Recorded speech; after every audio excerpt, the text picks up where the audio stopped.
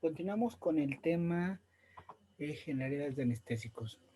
Y recordemos que estamos platicando cómo es el mecanismo de acción de manera general por el cual un anestésico local va a generar esta actividad de parestesia, de disminución de la conducción del estímulo nervioso en una fibra que tanto sensitiva preferentemente, pero que recordemos también puede afectar a una fibra motora.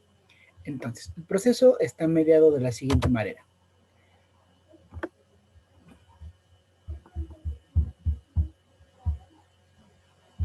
Primero, hablemos que entonces anestésico se va a unir de manera reversible en la membrana citoplasmática de nuestra neurona a través de directamente en el canal iónico dependiente de voltaje al sodio.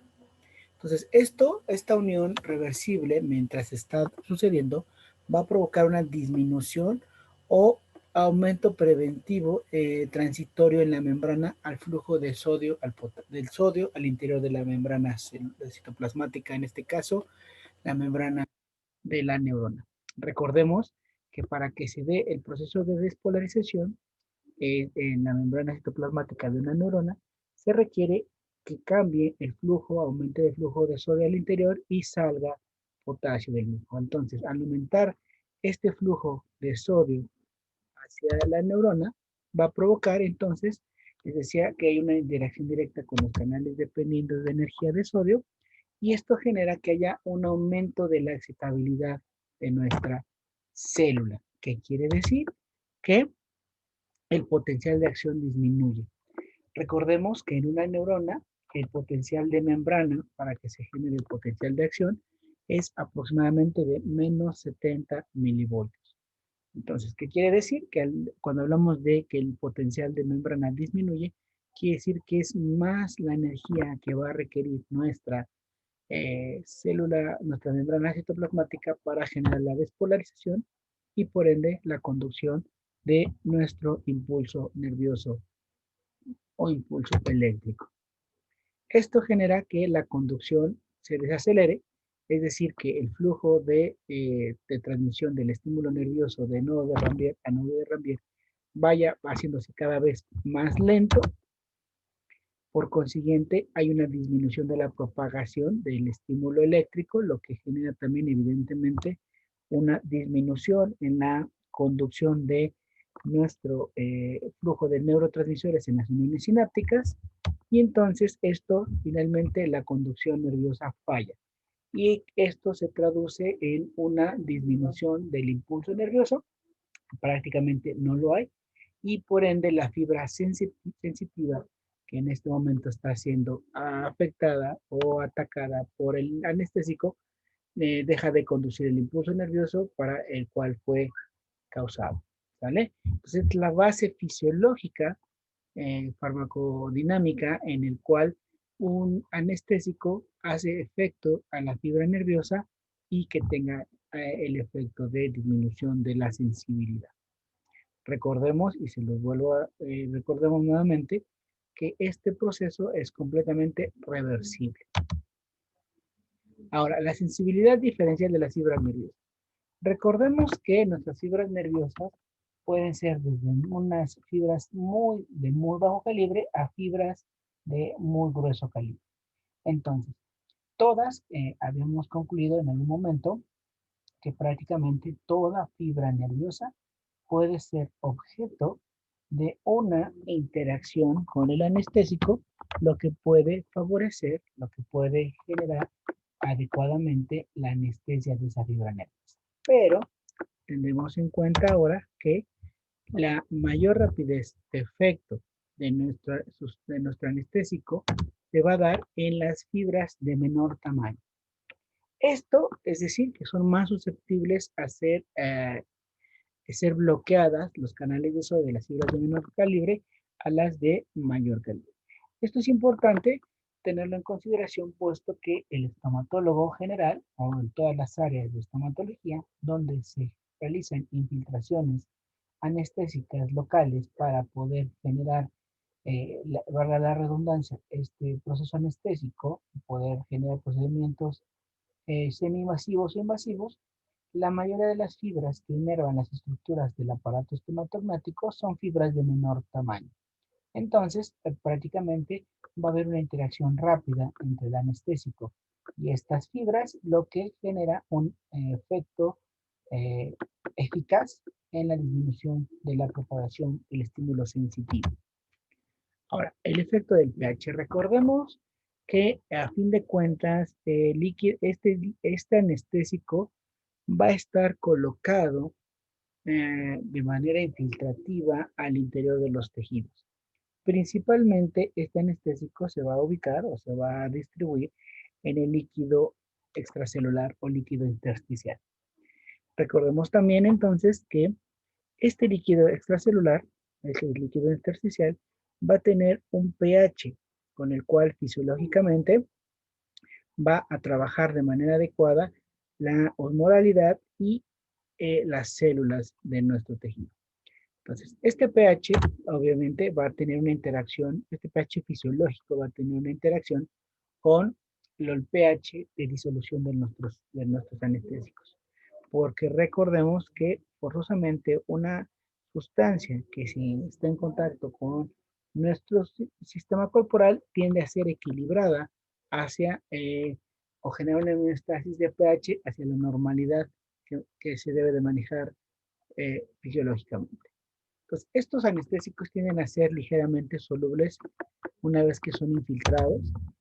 Son la mayoría bases débiles en un promedio de pH de 8 a 9 y esto genera estabilidad de los ésteres locales y de las catecolaminas agregadas como vasoconstrictores.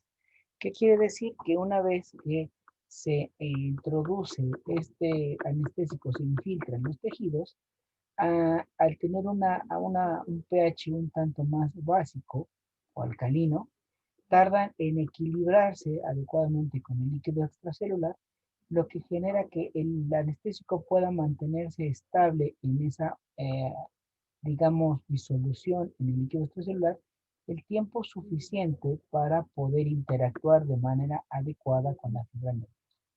Recordemos y hacemos hincapié que nosotros no pinchamos un nervio, no lo lastimamos con el anestésico, lo que hacemos es infiltrar el anestésico, que este anestésico esté en contacto con la fibra nerviosa.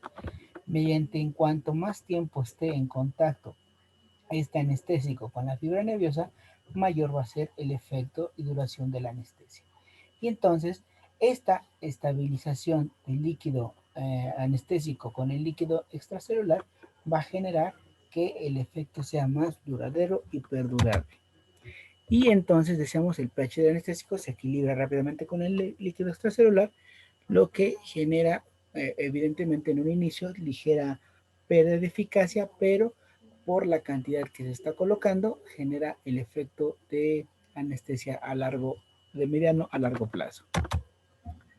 Ahora bien, en algún momento estos anestésicos se conjugan, estas soluciones de anestésicos, al momento de ser infiltradas, antes de ser infiltradas, para la presentación farmacológica de administración, vienen conjugadas con ciertas sustancias denominadas catecolaminas.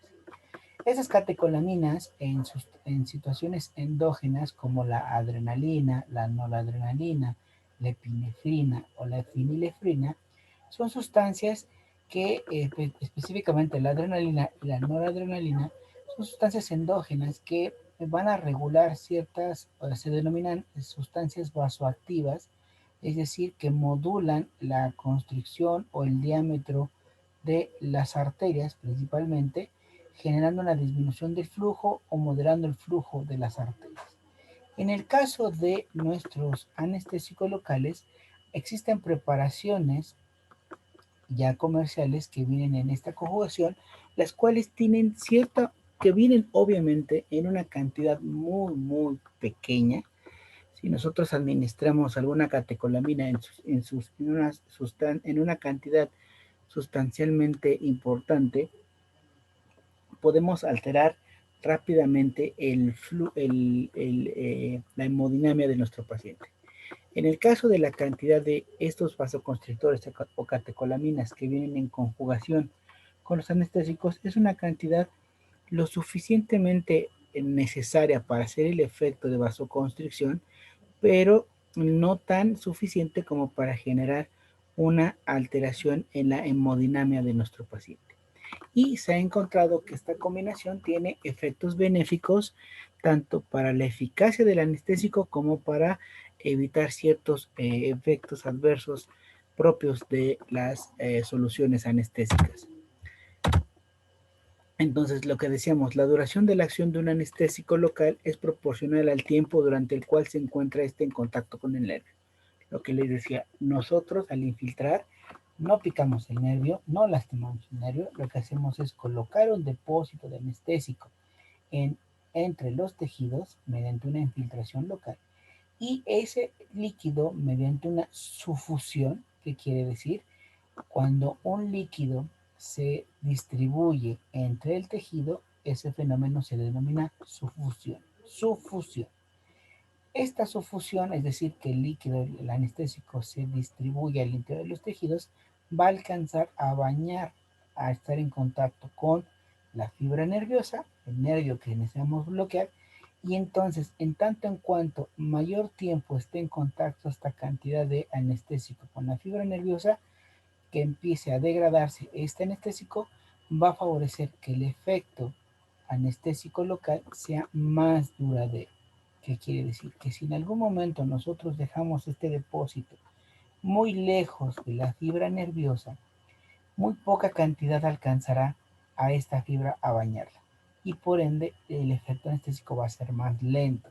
Y es cuando hablamos de una de las complicaciones de la técnica de anestesia o que fracase la técnica de anestesia, es por no infiltrar el lugar adecuado, referenciado anatómicamente, por donde pasa una fibra nerviosa en particular. Entonces el bloqueo falla. Sin en cambio, nosotros colocamos la cantidad adecuada en el lugar adecuado, la fibra nerviosa estará más en contacto con este anestésico y el efecto tendrá mayor duración. Pero, evidentemente, recordemos que un anestésico, platicábamos anteriormente, rápidamente se estabilizará con el líquido extracelular y rápidamente también hay sustancias, situaciones metabólicas que eliminarían rápidamente por metabolismo de primer paso en torrente circulatorio este anestésico, lo que acortaría el efecto que buscamos al mantener una terapia anestésica durante el tratamiento odontológico. Entonces, el vasoconstrictor o la catecolamina que se le agrega a el anestésico en la solución, que recordemos que los más comunes son la adrenalina, la noradrenalina, la fenilefrina y la fenilpresina.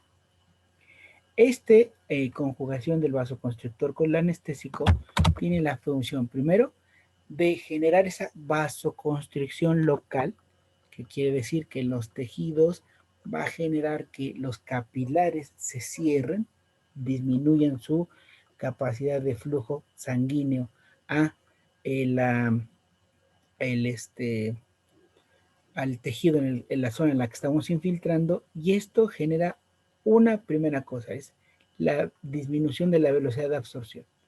Esto quiere decir que el anestésico no va a alcanzar rápidamente la circulación general o en menor cantidad, y dos, va a favorecer que no haya tan metabolismo tan apurado o tan acelerado de este fármaco, por lo que la disminución de absorción y la disminución de metabolización va a generar que el efecto sea más prolongado.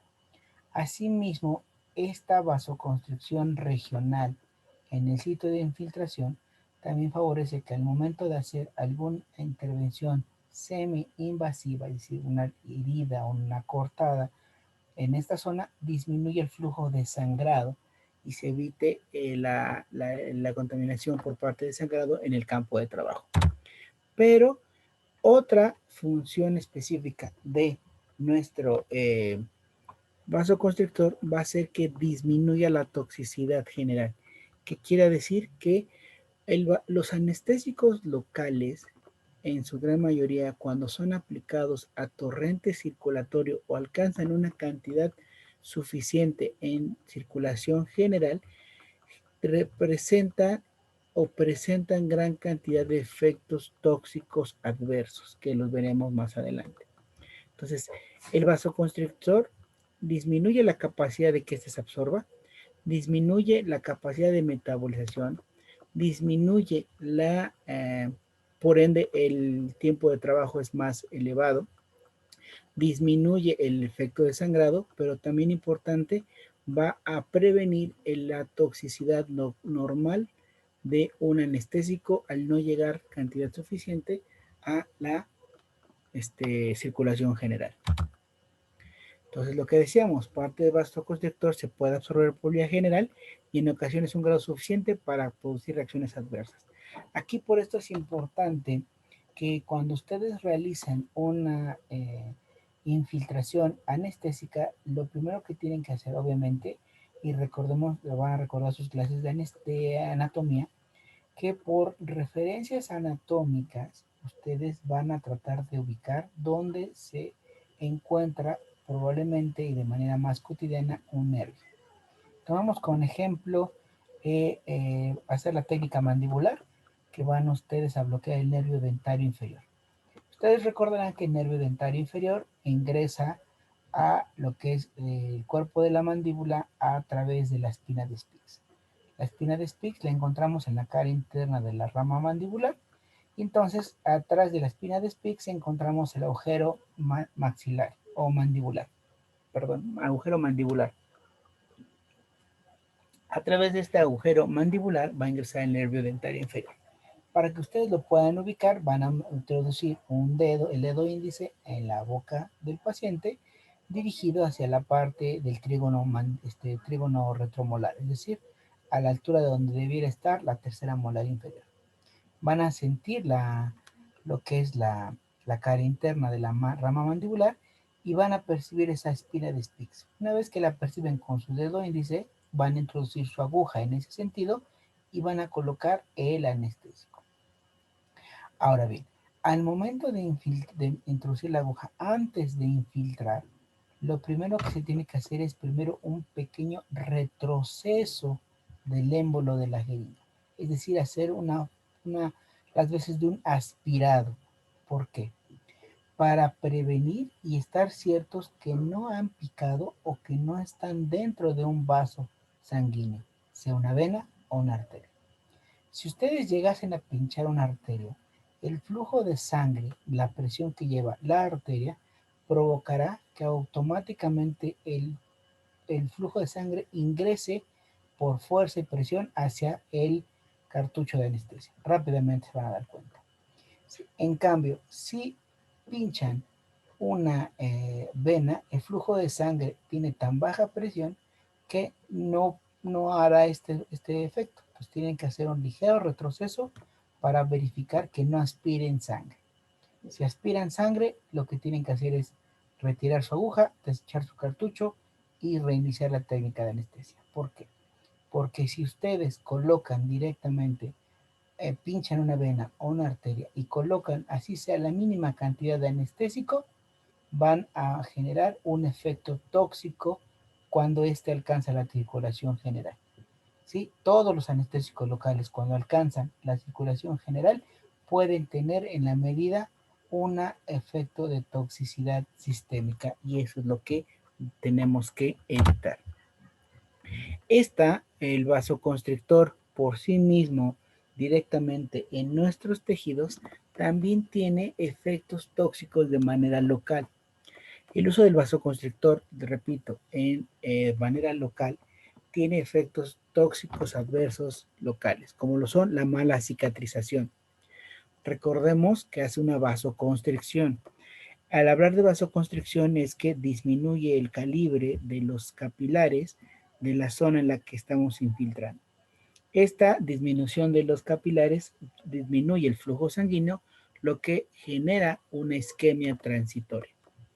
En algunos pacientes, esta isquemia no es transitoria, se vuelve crónica o más alargada. Entonces, si nosotros hacemos una herida por una cirugía de terceras molares, por ejemplo, al momento de suturar, si esa herida no tiene una adecuada aporte sanguíneo para favorecer la restauración, la adecuada complementación del tejido dañado, puede desencadenar en una situación de mala cicatrización como complicación. Por el contrario, a veces la vasoconstricción inicial que se genera en los capilares locales, una vez que se revierte o está pasando el efecto del vasoconstrictor, se genera ahora una vasodilatación secundaria adversa, lo que genera un aumento de volumen de sangre en la zona en la que infiltramos. Esto va a generar una situación denominada edema, es decir, hinchazón en la zona donde infiltramos el anestésico. Asimismo, esta alteración de la vasculatura puede ser a tal grado que la isquemia deje de ser transitoria y se vuelva completamente una isquemia total. La isquemia total genera una alteración completa en la disminución del flujo sanguíneo en la zona infiltrada, lo que va a condicionar que el tejido deje de tener aporte sanguíneo, aporte de oxígeno, aporte de nutrientes y va a terminar por morirse el tejido, es decir, generarse una necrosis tisular.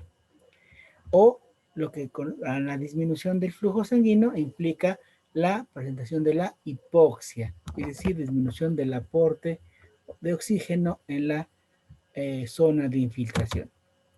Y finalmente podemos generar también lesión tisular en algún grado variable de estos. Entonces, tenemos en cuenta que el uso del vasoconstrictor, si bien es efectivo, nos genera muchos beneficios en cuanto al aumento de la duración, a la disminución de la absorción y disminución de la toxicidad, puede tener efectos locales adversos en el tejido infiltrado. Hablaremos entonces que hay pacientes en los que por condiciones específicas, por condiciones en particular, no está indicado la utilización de no está indicada la utilización de vasoconstrictores y además que también el uso de vasoconstrictores no está indicada en algunas partes del cuerpo donde la circulación tiende a ser más baja o la capilaridad está muy escasa o que por sí se sabe que los capilares en esa zona en particular tienden a ser hiperreactivos a este tipo de sustancias. Entonces, lo que les decía, el uso de preparaciones de anestésicos locales para regiones anatómicas con vasoconstrictores o con circulación colateral limitada podría producir lesión hipóxica irreversible, necrosis tisular, gangrena y por ende está contraindicado.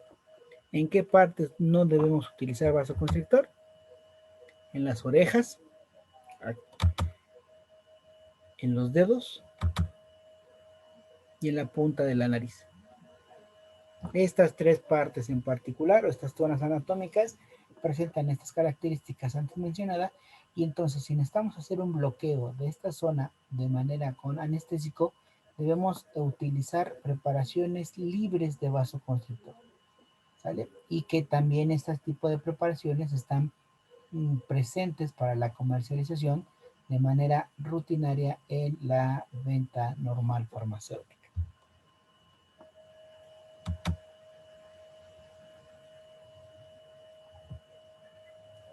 Vamos a hablar ahora de los procesos de hipersensibilidad en a los anestésicos como tal. Estos procesos de hipersensibilidad, recordemos a fin de cuentas, el que nosotros estemos en contacto con una sustancia o con un fármaco al ingresar a nuestro cuerpo, hay pacientes que pueden generar algunas reacciones adversas per se, propias del anestésico o propias de el propio paciente, ¿no? Pero nosotros tenemos que estar al pendiente de estas situaciones de hipersensibilidad para poderlas prever y en su caso atacar o tratar de corregir de manera oportuna. Entonces, la hipersensibilidad de anestésicos con o sin vasoconstrictor se da en casos muy raros. O sea, prácticamente el uso de los anestésicos tiende a ser una situación muy efectiva La causa más frecuente de que puedan generar una reacción de hipersensibilidad se va a dar porque pueden infiltrar o pinchar un vaso o porque utilicen una cantidad muy abundante del anestésico con vasoconstrictor. Cuando hablemos de los anestésicos en particular que vamos a utilizar, veremos que hay un límite de un límite máximo antes de generar toxicidad o un efecto adverso como tal.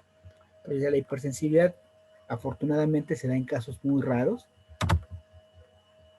normalmente en pacientes con algún tipo de dermatitis o crisis de asma, o sea, pacientes que ya son hiperreactivos de alguna manera o tienen esta predisposición patológica, propiamente hay que tener mucho cuidado.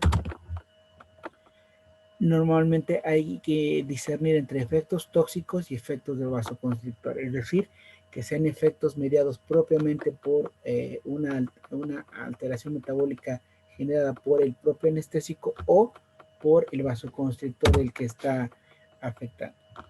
La mayor grado de hipersensibilidad se da con los anestésicos del grupo este. Recordarán que platicamos, y ustedes ya lo hicieron también como tarea, que los anestésicos del grupo este son los que presentan mayor actividad, mayor potencia, mayor duración de efecto anestésico. Pero esto también predispone a que tienen mayor cantidad de probabilidad de generar efectos de adversidad o de hipersensibilidad, en su caso tóxicos. Por eso prácticamente los anestésicos del grupo éster es muy limitado su uso y su aplicación clínica en procesos ambulatorios, en este caso de orden estomatológico. Y que puede haber una hipersensibilidad cruzada de grupo también muy difícil, que quiere decir que, por ejemplo, si eres alérgico a un anestésico del grupo amida, normalmente podría ser alérgico a todos los anestésicos de esta misma familia. Por eso es muy importante y una de las partes trascendentales durante la aplicación de la historia clínica es que preguntarle a nuestro paciente si ya ha recibido eventualmente en algún momento la aplicación de anestesia local y cómo ha reaccionado a la misma, ¿sale? Para que podamos dilucidar si la aplicación de este anestésico puede o no tener alguna reacción de hipersensibilidad en nuestro paciente. ¿Cómo se metabolizan estos medicamentos, estos fármacos? Una vez que han sido infiltrados, evidentemente recordarás, la farmacocinética implica que una vez que han sido administrado un fármaco que es liberado, que es absorbido, tiene un proceso de metabolismo y eliminación. Propiamente no puede estar todo el tiempo está un fármaco circulando o estando en los tejidos, forzosamente requiere un proceso de metabolización y de que la metabolización tiene que ver con la excreción, con la inactivación, perdón, y consecuentemente la eliminación de este grupo farmacológico. Entonces, los anestésicos del tipo éster son hidrolizados, es decir, un proceso de rompimiento mediante la reacción hidrolítica y se inactivan mediante la utilización de una enzima denominada estereasa plasmática. Recuerda, y lo retomamos de todos los temas iniciales de generalidades, que el momento de aplicar un fármaco nosotros utilizamos rutas metabólicas ya establecidas. ¿Qué quiere decir? Que no se inventa una ruta metabólica para inactivar un fármaco en particular, ¿no? La célula va a tratar de metabolizar esta sustancia mediante rutas metabólicas ya preexistentes. En este caso, el grupo éster es mediante una enzima ya estable denominada estereasa plasmática. En el hígado va a generar la hidrólisis de los mismos, es decir, forzosamente los anestésicos van a ser metabolizados a través del hígado, que es la maquinaria principal metabólica de nuestro cuerpo, y en el caso del grupo amida son metabolizados por enzimas de citocromo hepáticos. Recordarás que también ustedes vieron esta parte, o vimos esta parte, que el citocromo P450 es un grupo de enzimas producidas en el hígado que se encargan de la metabolización, en particular de un gran número de fármacos. Bueno, los anestésicos son metabolizados por este grupo enzimático y lo que decíamos, el uso de anestésicos tipo amida deben de ser regulados, analizados su administración en pacientes que tienen insuficiencia hepática, es decir, pacientes que tienen afectación de su hígado por disminución de función,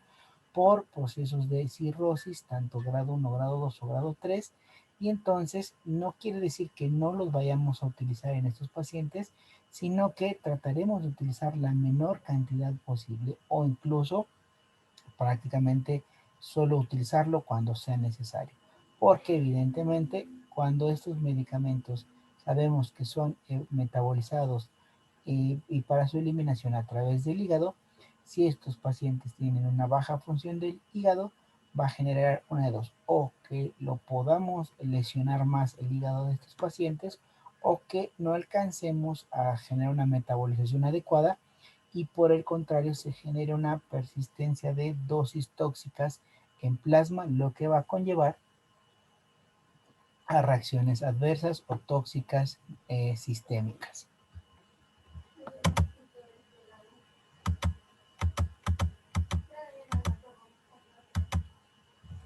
La toxicidad sistémica, o ya una vez que se genera una toxicidad sistémica por parte de un anestésico, vamos a entender y vamos a comprender que esa toxicidad va a generarse por concentraciones plasmáticas elevadas. ¿Qué quiere decir? Que si nosotros, aquí la concentración plasmática elevada se va a dar por dos situaciones. Uno, la primera y la más fácil es por, digo, no que sea más fácil, la más rápida es porque nosotros pinchemos una vena o una arteria y colocamos directamente el anestésico en circulación general. Y dos, porque nosotros infiltremos una gran cantidad de anestésico en la zona en la que vamos a trabajar. Aquí es importante cuando ustedes, esta cantidad elevada en esta zona infiltración, va a alcanzar rápidamente los capilares circundantes y puede absorberse gran cantidad de este fármaco a circulación general y entonces generar las reacciones de toxicidad. Recordemos entonces, cuando ustedes tengan la oportunidad de sus clases de anestesia y exodoncia, que muchas veces nosotros pensamos que al momento de aplicar un anestésico, el efecto va a ser rápido y no es así. Normalmente, una vez que nosotros generamos la aplicación de un anestésico, el efecto va a llegar entre 3, 5 o hasta 10 minutos, dependiendo cada paciente. Entonces necesitamos ser, valga la redundancia, ser pacientes y esperar que haga el efecto. Lo otro, si por el contrario con la administración de un cartucho no se genera una adecuada efecto farmacológico, es decir, que se genera la anestesia, tenemos que pensar si es por que el paciente no le está haciendo efecto o porque es una mala técnica nuestra no aplicarlo, no lo aplicamos adecuadamente. Que esa es prácticamente la principal falla que nosotros tenemos en este tipo de cuestiones al momento. Es una mala técnica de aplicación. Entonces lo que generamos es, decimos, no le pega el anestésico, aplicamos otro cartucho, otro cartucho, otro cartucho. Cuando nos dimos cuenta para una extracción simple, ya aplicamos 5 cartuchos. Entonces la cantidad de anestésico en ese tejido es tal que fácilmente el anestésico puede alcanzar una arteria o un capilar de mayor tamaño y absorberse y llegar a la circulación general y generar estas concentraciones que generan toxicidad sistémica.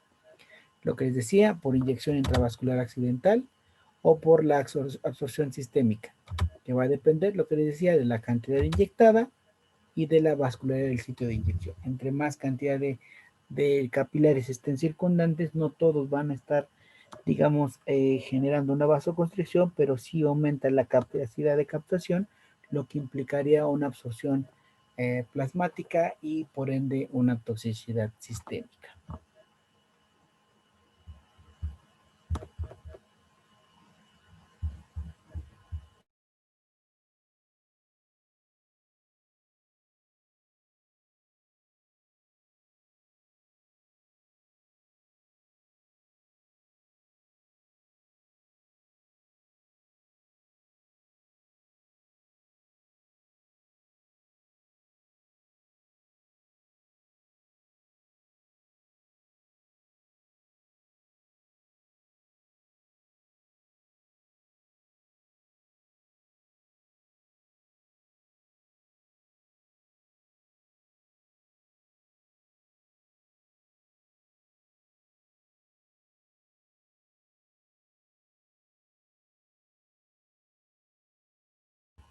Continuamos.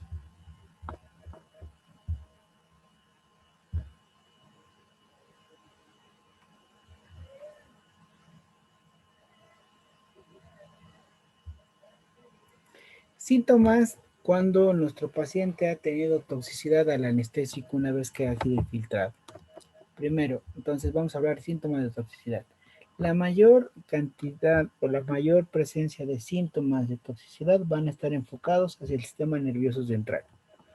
Una paradoja en el sentido de que, bien, esta parte del sistema nervioso periférico es el que pretendemos anestesiar, cuando se alcanzan niveles tóxicos de sangre plasmáticos, el que va afectado es principalmente el sistema nervioso central. ¿Cuáles son esas características? Bueno, vamos a ir de lo más simple hasta lo más complejo.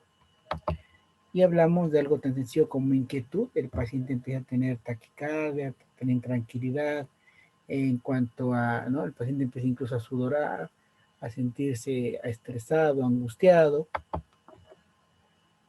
Puede haber una sensación de mareo, y vértigo, que puede ser desde simplemente al tratar de cambiar de postura o incluso un vértigo generalizado en el cual el paciente no puede incluso cambiar de posición o mantenerse de pie. Vamos a hablar de acúfenos, que son la presencia de sonidos auditivos, sonidos anormales. Normalmente puede ser un zumbido persistente en alguno de los dos oídos. En casos más severos hablamos de convulsiones, ya normalmente las más presentadas son las tónico-clónicas, es decir, las que conocemos todos, el que el paciente se sacuda fuertemente de manera generalizada. Esta convulsiones puede generar, la afectación del sistema nervioso central puede alcanzar el centro respiratorio y entonces el paciente deja de respirar.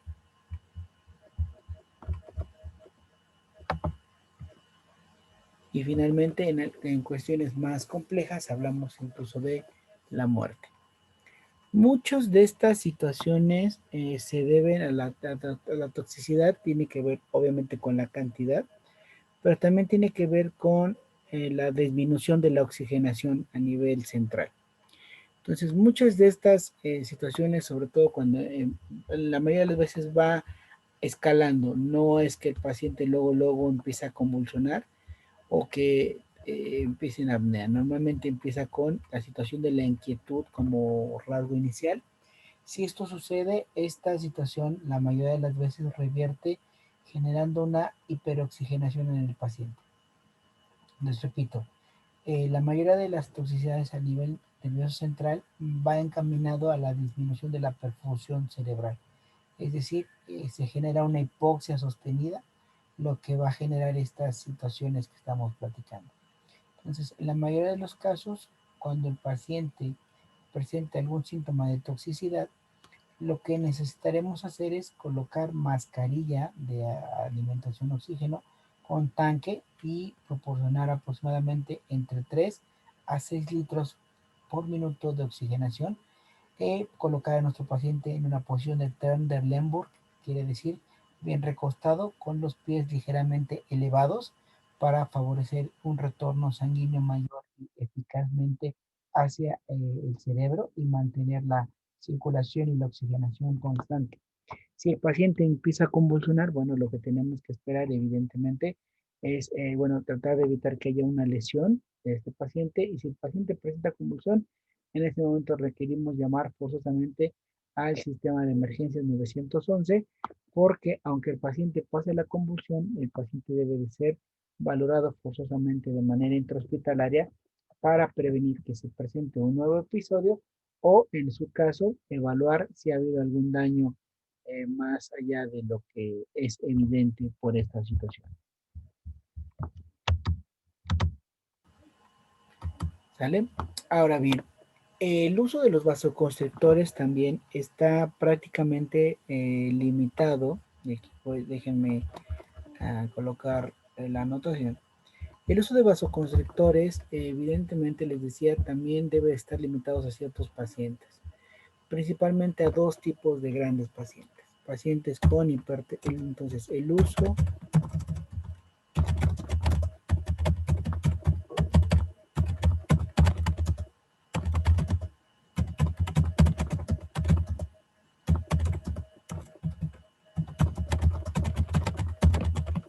principalmente pacientes que portan hipertensión arterial sistémica de cualquier índole y pacientes diabéticos.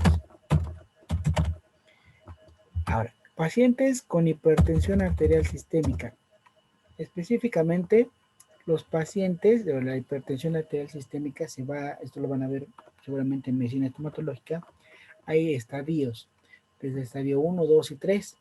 El principal contraindicación donde no se utilizan en pacientes con hipertensión son pacientes que están o se encuentran en estadio 3 de hipertensión arterial, es decir, pacientes que manejan presiones por arriba de 150 milímetros de mercurio en presión sistólica. Estos pacientes está contraindicado forzosamente el uso de vasoconstrictores y por eso también se hace el hincapié que en pacientes hipertensos que están en fase 1 o en fase 2, es decir, que manejan presiones desde 130 sobre 90 y hasta 140 sobre 90 de presión diastólica, se puede utilizar tranquilamente un vasoconstrictor siempre y cuando primero debemos hacer una toma inicial.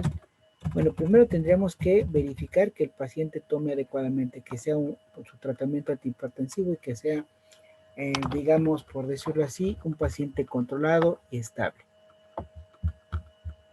Por otro lado, en la práctica y en la aplicación estomatológica, debemos forzosamente siempre hacer una toma de la presión arterial antes del inicio del procedimiento. Siempre aquí y les hago mucho hincapié, normalmente ustedes hacen una historia clínica al inicio, en la primera cita cuando antes de intervenir a su paciente, ¿no? La primera vez que lo conocen.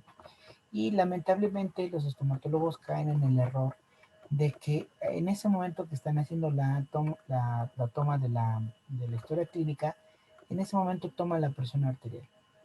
Y como en ese momento en particular tal vez el paciente va bien controlado y la tiene normal, caen en el error de que cada que el paciente llega a una nueva consulta, no hacen la determinación de la presión arterial. Entonces aquí, por favor, chicos, es una recomendación, un protocolo que debe hacer así. Todo paciente, antes de ser ingresado a intervención estomatológica, deben de tomar la presión arterial. Todas las veces, cada cita previo a hacerlo, lo tienen que hacer. No porque el paciente no tenga hipertensión o no es así, todo paciente debe de ser tomada la presión arterial antes de un procedimiento estomatológico para verificar las condiciones de ella, no que venga con hipertensión, no que venga con hipotensión, que se mantenga estable. Si ustedes generan este protocolo de atención, lo hacen estandarizado a tomar la presión antes de, ustedes pueden antelar y pueden prevenir muchas complicaciones y muchos sustos dentro de su atención estomatológica. En el caso de los pacientes hipertensos es obligadísimo siempre tomar la presión arterial antes del procedimiento Después, si el procedimiento es tardado, por ahí de las 2 horas, deben de hacer una toma de la presión arterial de manera intermedia, es decir, a la intermedia, es decir, a la mitad del procedimiento, para ver cómo está, si se ha mantenido estable conforme con la que llegó, o está aumentando, o está disminuyendo. Y finalmente, una vez que terminan su procedimiento, antes de levantar al paciente y antes de despedirlo, antes de pedirle que ya se vaya a su casita tranquilamente, deben de hacer otra toma de la presión arterial al finalizar el procedimiento. Muchas veces ha tocado ver por mí, en situaciones de la clínica de la otra universidad en la que laboro, cómo el paciente ya lo levantan, ya se fue, ya va bien tranquilo, sale de la sala de espera y ya le está dando el patatús, porque o se le baja la presión o se le sube la presión, y entonces el médico, bueno, el estomatólogo que le atendió, ni cuenta se dio. Y recuerden que durante el paciente vaya en trayecto desde que salió de su consultorio a su casa, todavía es responsabilidad suya el que se mantenga la integridad. ¿Sale? Entonces, pacientes hipertensos, tener cuidado con el vasoconstrictor. Ahora, en el caso de los pacientes diabéticos, uno de los problemas que tienen en la fisiopatogenia de la enfermedad por hiperglucemia, aumento de los niveles plasmáticos de la glucosa en sangre, es que estos niveles sostenidos de glucosa en sangre aumentados va a favorecer un deterioro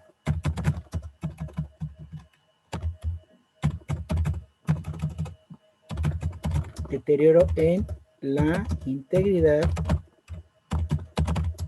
de la pared de la microvasculatura.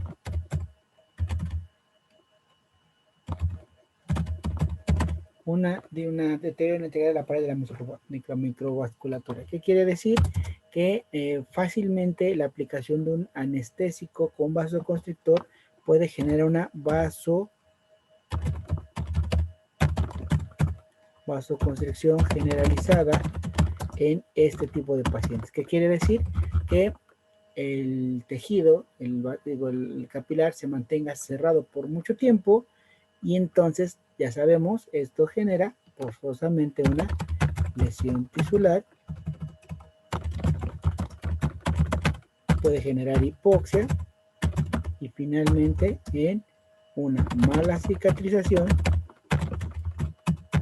o una necrosis tisular. Entonces, en pacientes diabéticos no controlados de manera adecuada, el uso de vasoconstrictor prácticamente está contraindicado.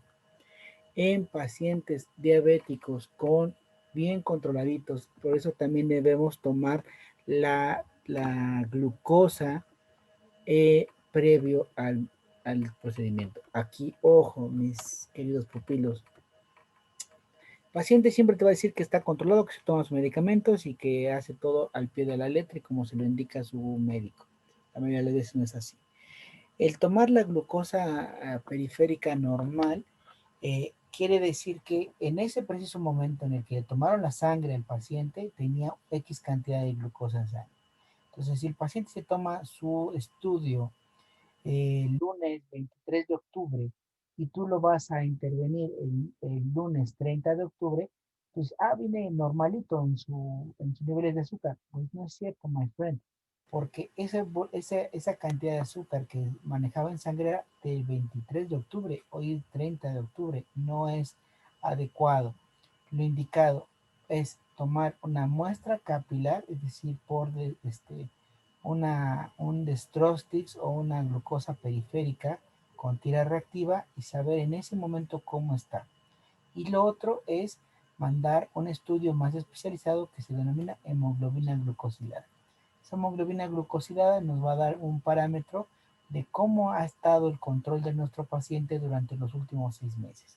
Si esa hemoglobina glucosilada se encuentra por arriba del 7%, quiere decir que el paciente no ha tenido un control adecuado de sus niveles de glucosa, y entonces hay que tener precaución al uso de vasoconstrictores.